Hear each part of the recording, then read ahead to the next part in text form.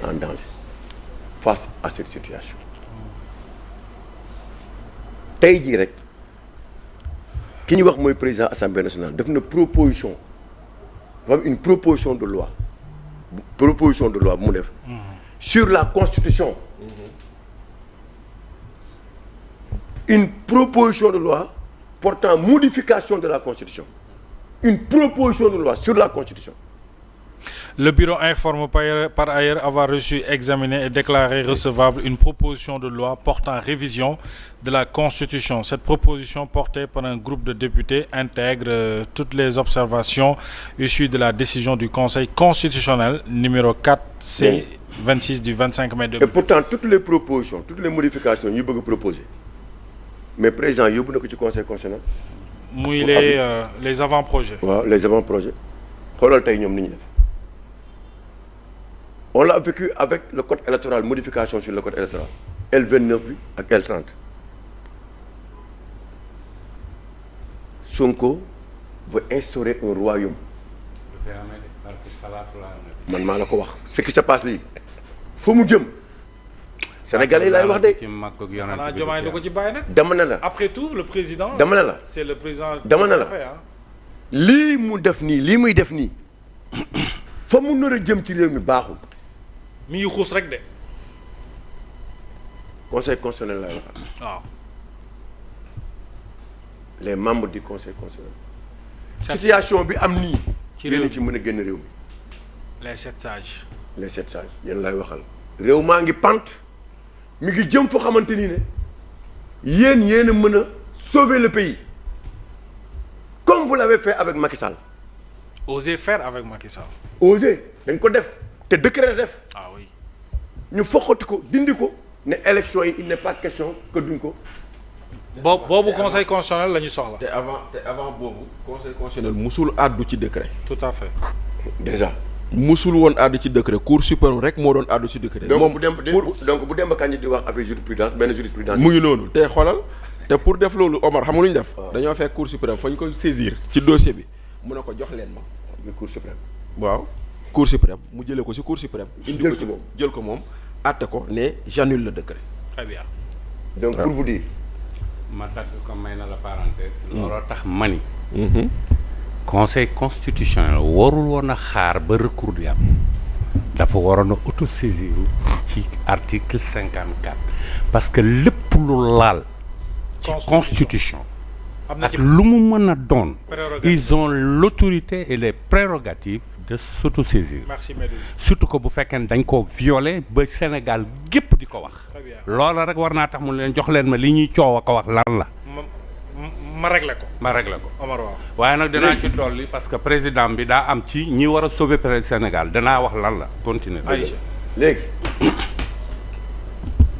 mbiru Ousmane Sonko il est exclu moralement techniquement et juridiquement. Ouais.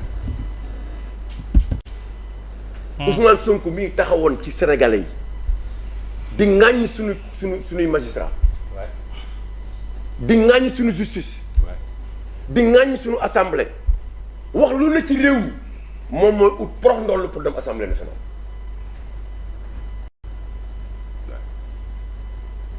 Et il aime la clandestinité.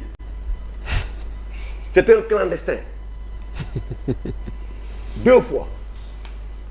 Covid am na Covid ñëpp toog seen i kër couvre-feu am àndul ak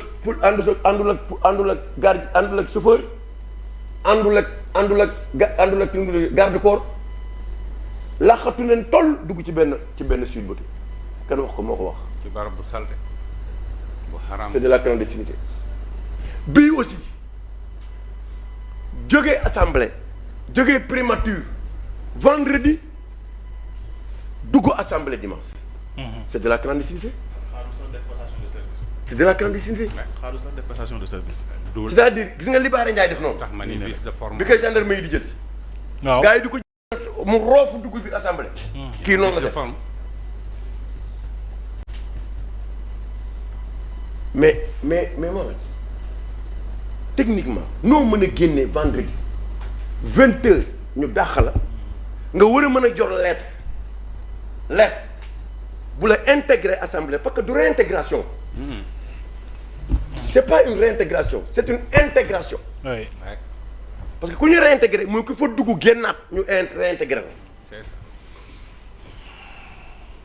Samedi ban service mooy fonctionner samedi c'est-à-dire bu mu duggee assemblée nationale. Administration. ban chef de courrier la gis ba jël lettre yóbbu ko fa. C'est la grande question. samedi kan mooy liggéey samedi waxatuñu la samedi mais nga jël dimanche bi jour Pentecôte muy férié nga ñëw ñu réunion ñu intégré la biir assemblée nationale. C'est du jamais vu dans l'histoire est-ce que xam nga li ma la wax li Ousmane Sonko def c'est la première fois dans l'histoire politique de ce pays qu'un ministre jóge fonction am ñëw dugg assemblée nationale musul am waxuma nag kii jóge député nekk ministre de l'histoire mais li mu def nii musul am ci histoire politique Sénégal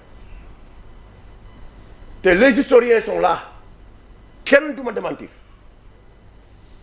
ci li nga xamante ni moo am il est exclu juridiquement parce que Ousmane Sonko ñaari loi kese la ñaari article kese la muy article 54 bi ak article 124. bu règlement intérieur assemblée nationale ñaar yooyu kese la te ñaar yooyu yëpp a exclure Ousmane Sonko.